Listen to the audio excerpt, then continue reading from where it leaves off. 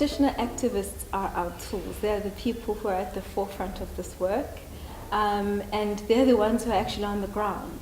They're also the ones who witness the trauma at its rawest sense. And so it's really important to invest in their well-being in order to continue the work, to keep it going. Alors, les personnes qui sont en train de se charger des survivantes de violences sexuelles sont des personnes qui se donnent volontairement à cette charge, qui est très lourde, parce que écouter des histoires au quotidien de plus de 10 femmes qui ont été violées dans des circonstances affreuses, dont les parties génitales ont été mutilées de façon atroce. Écouter cela au quotidien pèse beaucoup sur le psychisme aussi et l'émotion des personnes qui prennent en charge ces femmes. Et donc, ces personnes sont exposées aussi à ce qu'on appelle un traumatisme vicariant ou secondaire. Et donc, il est absolument important que ces personnes soient aussi prises en charge régulièrement pour qu'elles puissent se situer et savoir garder le cap. Se situer dans le sens de ne pas s'effondrer. À ce moment-là, ils ne pourront plus être efficaces pour aider les personnes pour lesquelles ils ont pris la responsabilité d'intervenir. Travailler au quotidien sur leur propre personne, mais aussi sur leur propre environnement. Parce que non seulement ils ont ce travail, mais aussi ils sont responsables dans leur famille. Ils sont père ou mère d'enfants, ils sont maris ou épouses, et ils sont citoyens et citoyennes. Et toutes ces charges-là sont très importantes à être assumées en même temps qu'ils assument leur travail au quotidien. Et donc, il est important qu'ils puissent se référer à quelqu'un qui peut les aider à surmonter toutes les émotions qu'ils peuvent recevoir, toutes les charges émotionnelles qu'ils emmagasinent, pour qu'ils puissent se sentir conserver un certain équilibre. Et cela, c'est un travail qui est quotidien, mais en même temps individuel et communautaire, donc de groupe. As I used to say, I think that you can't give what you don't have. If you are not well yourself, you can't provide well-being. You can help someone. If you are not healed, you can help someone to heal. That is, we need really. We are not gods, but we are human beings. And human beings with our stories, our frustration, our success, all our hopes, and all those are taken in our work. But also, we interact with our clients.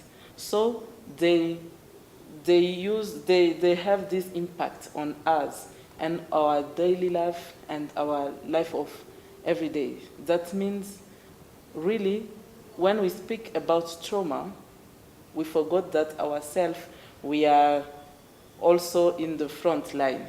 And so we need really to be taken care, and so as we can have a good response to the others. It is really key to support the people who work with the women in my profession, because the majority of the staff are lawyers, and lawyers are not primarily trained to respond to trauma.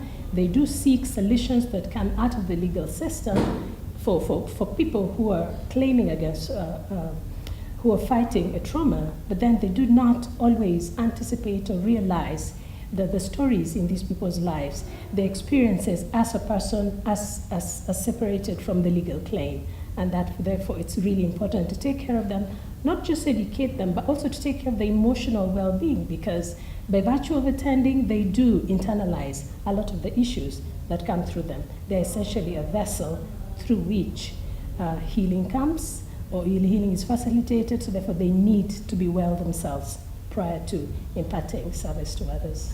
Being a practitionist in a context of conflict, working on issues as sensitive as sexual violence or HIV/AIDS is putting your life at risk. And I have seen I know some practitioners on the ground from this region, from the Great Lakes region, who are traumatized because they are themselves being raped, into revenge. Okay, you are actually, you are talking about, you are actually raising a voice about sexual violence. We will show you exactly what it is. So that is also very important. That is an aspect that is not mentioned enough. They are being put in jail, and I think that their well-being is also part. I mean, that dimension of their well-being is also needs also to be taken into account. If there's one thing that connects all women, it's violence. If there is one thing that connects women, it's issues like HIV. It does not matter how educated you are.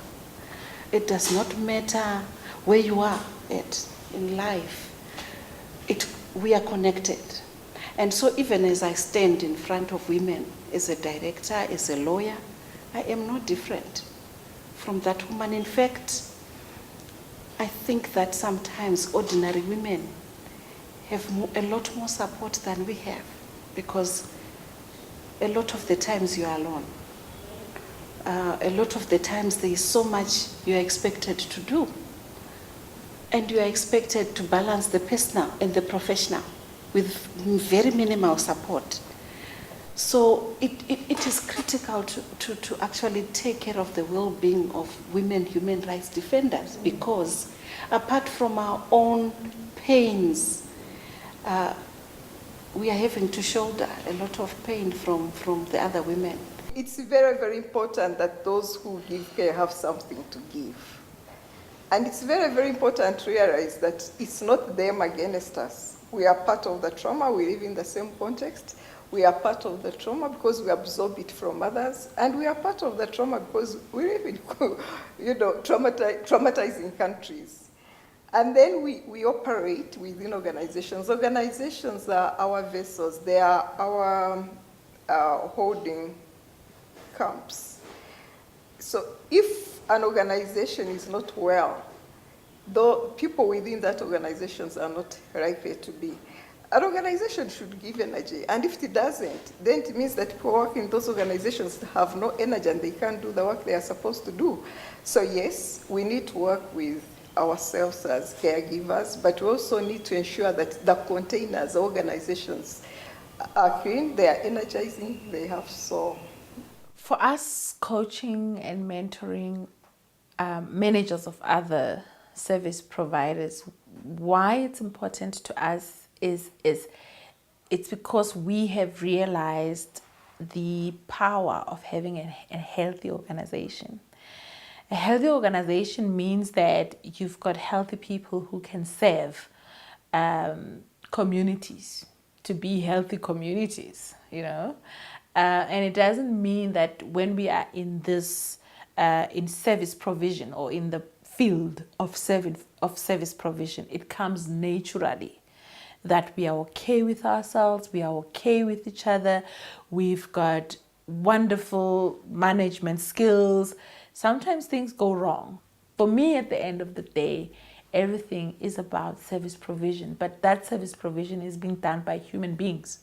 So those human beings need to be supported to be able to be caring for each other and sensitive when there's conflict.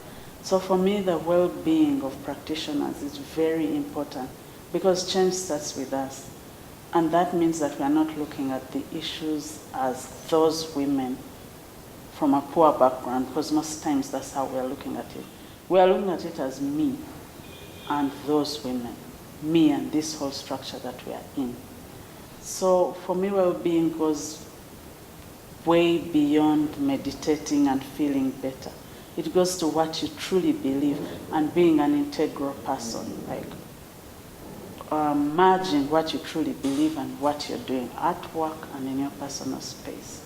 It is very important to invest in practitioners because first and foremost, the feminist practitioners who deal with the entire body of a woman are very few.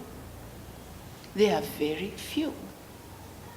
But look at the problem.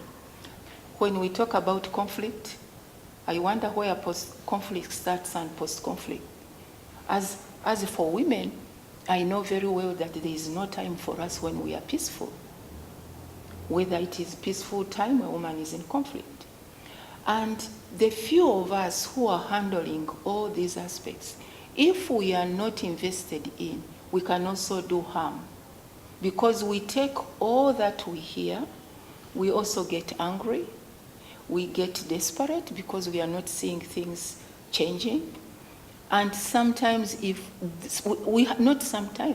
have seen women who have put themselves at front line, ending up with the diseases that we don't even understand. Many feminists are dying of cancer, many. And nobody is asking, why is there a pattern of frontliners dying of cancer? It's because of all that they are getting. And being few and being transformative in nature, they put their lives on that line without anybody listening to them. Investing in frontliners is like investing in long-term investment for development, period.